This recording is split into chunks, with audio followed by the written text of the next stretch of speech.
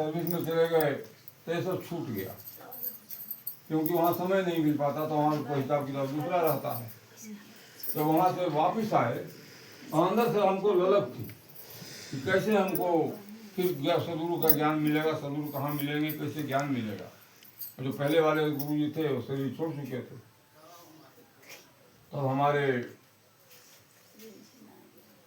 संबंधी लोग हैं डेहरी अंसोन में, बाबू ददन सिंह जी सब जानते होंगे, साथ ही साथ उन्हीं के घर में हमारी बहन की शादी है, तो वहाँ पर मैं गया हुआ था। उन्होंने बतलाया कि भाई ऐसे ऐसे है।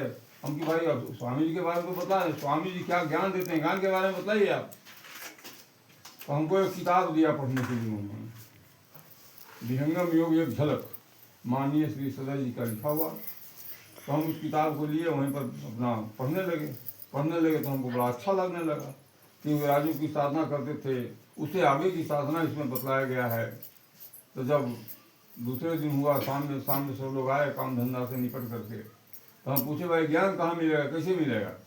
तो उस समय माननीय श्री अंबिका बाबू जी उपदेष्टा थे, बोला चलिए अंबिका बाबू के पास। चलिए अंबिका बाबू के पास गए। उन्होंने राजदेव पांच विहंगम योग के बारे में जो सिद्धांत का ज्ञान है, उन्होंने शुरू से अंत तक समझाया। और फिर पूछा कि ज्ञान लेना है, हम हाँ लेना है।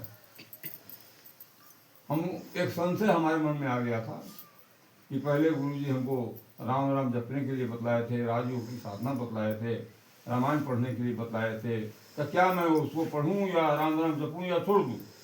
तो बोला जपिए, मैं मना नहीं करूंगा, लेकिन उससे कोई फायदा नहीं होगा। आप जो सदगुरु का ज्ञान है इसको करिए। तो बड़ा थोड़ा सा अटपटा सा लगा, लेकिन फिर भी जब करना शुरू किया, ज्ञान लेने के बाद उन्होंने फोटो वगैरह वंदना की किताब जो होता है मिला हमको, हम भी लेकर के अपने घर चले आए और साधना करने लगे। साधना करने के बाद भाई हर घर में होता है देवी देवता की फोटो, लक्ष्मी जी का, काली जी, दुर्गा जी, शंकर भगवान, सबका फोटो होता है, सब पूजा चल रहा। हमारे घर में भी होता था, हम भी करते थे।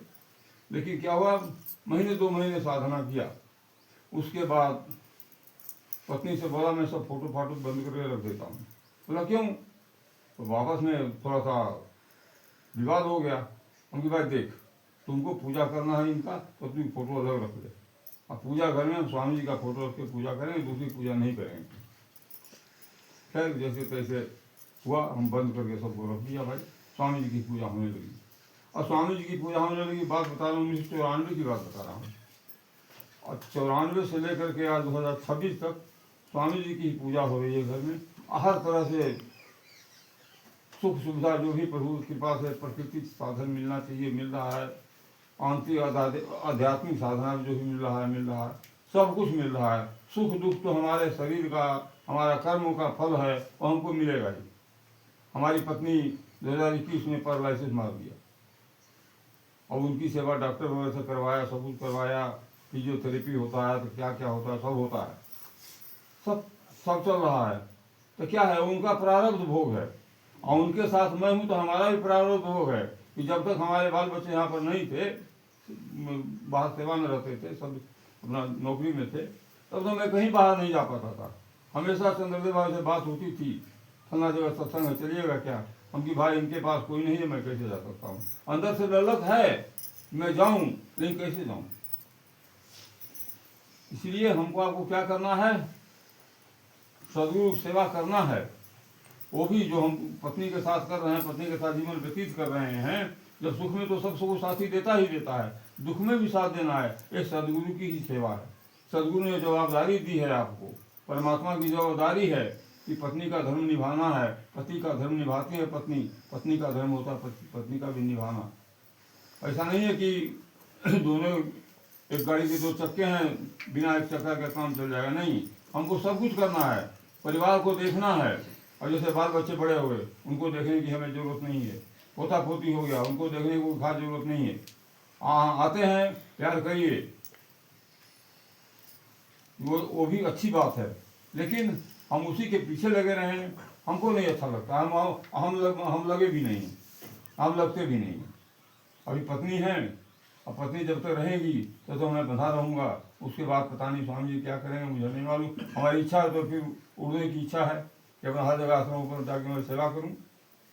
अभी एक आप लोग भी पढ़े होंगे, चतुर्थ मंडल खष्टम अध्याय वैराग्य, उसमें एक स्वामी जी का कोई दोहा मुझे याद नहीं है, उसमें अर्थ में लिखे गए हैं कि माया से लड़कर कोई पार नहीं पा सकता है, इससे बच करके, इससे भाग करके ही बचा जा सकता है, सदगुरु शरण में जाके बचा सकता है।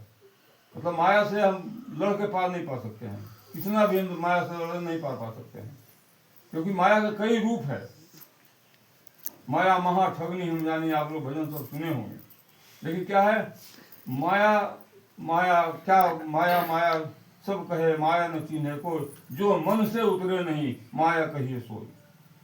तो माया मन से नहीं उतर रहा भाई, तो माया वही माया हुआ है।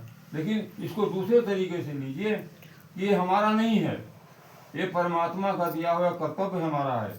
हमको ये कार्य परमात्मा नहीं दिया है, हम अपने से नहीं लेकर के आए हैं। ये शरीर हमारा अपना नहीं है, तब बाकी संसार हमारा अपना कैसे हो गया? संसार की धन संपत्ति हमारी अपनी कैसे होगी जब शरीर हमारा अपना नहीं है? जैसे अभी हम लोग वक्ता लोग से चर्चा सुने, ये आत्मा है, आत्मा निकल जाएगी, शरीर मृत पड़ा रह जाएगा, बात तो सही है।